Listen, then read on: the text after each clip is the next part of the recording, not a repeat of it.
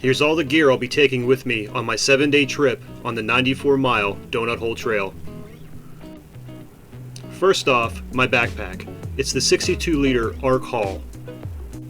Now I do have a few mods on this pack. First off, the hip belt pocket. This comes in handy for snacks. And I do have the Gossamer Gear attachment for your shoulder strap. That's great for your phone, camera, and more snacks. And something I did myself is this side pouch. Now Z-Pack sells this, you can buy as an attachment. I think it's like $30. But I found this nice mesh bag at my local camping store. It's very lightweight, and with some extra shock cord that I attach it to the side of my pack, just like they do with their attachment. This gives me a lot of extra room. I'm going to use it to mainly store my rain gear to get out of my mesh back of my backpack because it's really bulky back there on these long trips. I think it's really going to help. Possibly my stove, and hey, we'll see what else I can fit in there. I'll let you know how it goes. And inside my pack, I have a heavy-duty garbage bag to help keep all my things dry that I want to stay dry. And here's my shelter system. Tarp, hammock, stakes, and cordage. My hammock is the Dream Hammock Darien, and I use the Journey tarp from Hammock Gear with the Dutchware Gear Ridgeline. For my underquilt, I'm using the Hammock Gear 20-degree incubator, a 35-degree top quilt from Thermarest, and the Thermarest down pillow. It's great for the hammock. On my feet, I'll be wearing the Ultra Superiors, and here's the clothes I'll be taking with me. Now the clothes you see on the right side of the screen are the clothes I'm going to be wearing on the first few days. I do have an extra shirt, extra underwear, 4 extra socks, 1 for sleeping, 2 rags, 1 for washing, 1 for drying. And for sleeping, I have a lightweight base layer crew top and a pair of cotton underwear. For rain gear, I have a Frog Togs rain jacket and an off-brand rain kilt that I found on Amazon that's very equivalent to the Z-Packs one. Here's the gaiters I'll be using for my shoes. They're going to protect me from both ticks and the stinging nettle that's going to be abundant on this trail. Now these are usually for the winter. I'm taking off the bottom straps that go around your shoes so I don't trip on them. I used them last year and they worked well, other than I was kind of scared to trip on those straps on the bottom. So they're coming off for this trip. And another nice feature of these is they Velcro together and I can place it down anywhere I want and have a nice clean place to dry my feet off no matter where I am on the trail, because I expect it to be pretty muddy. And a bug net, it weighs nothing. And here's something new I picked up in the off season. I wanted to get a new piece of cold weather gear for the cold nights and cold mornings.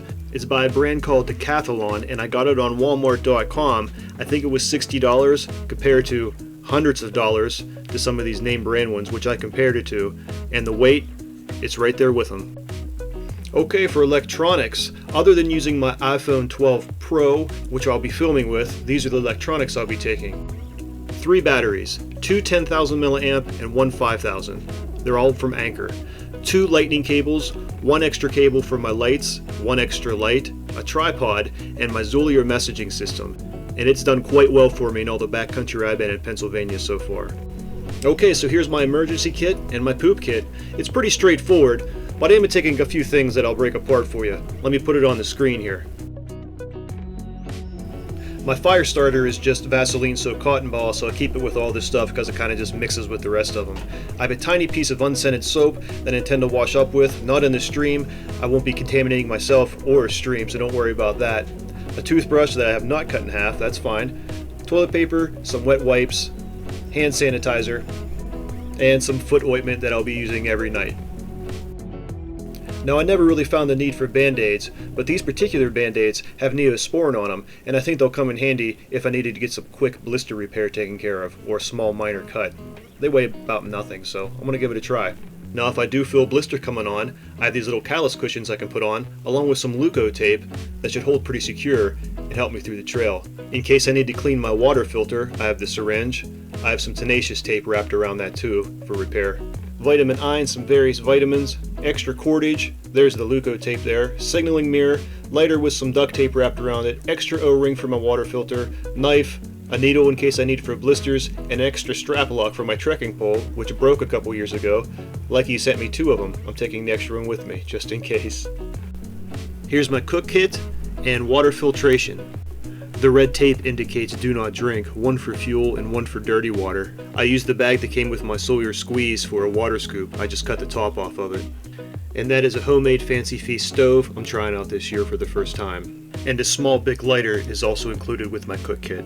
My trekking poles, a sit pad, and the massage ball is definitely worth the extra weight in my mind. And here's my trekking pole where it broke. Luckily my camping store got me 2 replacements for them from Likey, so I'm taking the extra one with me as mentioned before. And this Mora knife goes with me on almost every camping trip. I highly recommend it. It's a great all-around knife. For trash, I'll be starting out with 1 gallon freezer bag, then I'll be using my leftover bags the rest of the way. And because my food bags are going to be pretty full for the first half of the trip, I'm taking some Walmart bags to help me hang some extra smelly stuff. And you'll never catch me in the backcountry without paper maps and a compass. I even have the guide to the Donut Hole Trail by Ben Kramer, and it's excellent. And just as I was finishing filming this video, my new gadget arrived. It's the thermometer that's going to record the highs and lows for each day. I can't wait to check out this new gadget. Well, there you have it. That's all the gear I'm going to be taking with me on this 94-mile hike for 7 days on the Donut Hole Trail. Next time you see me, I'll be on the trail.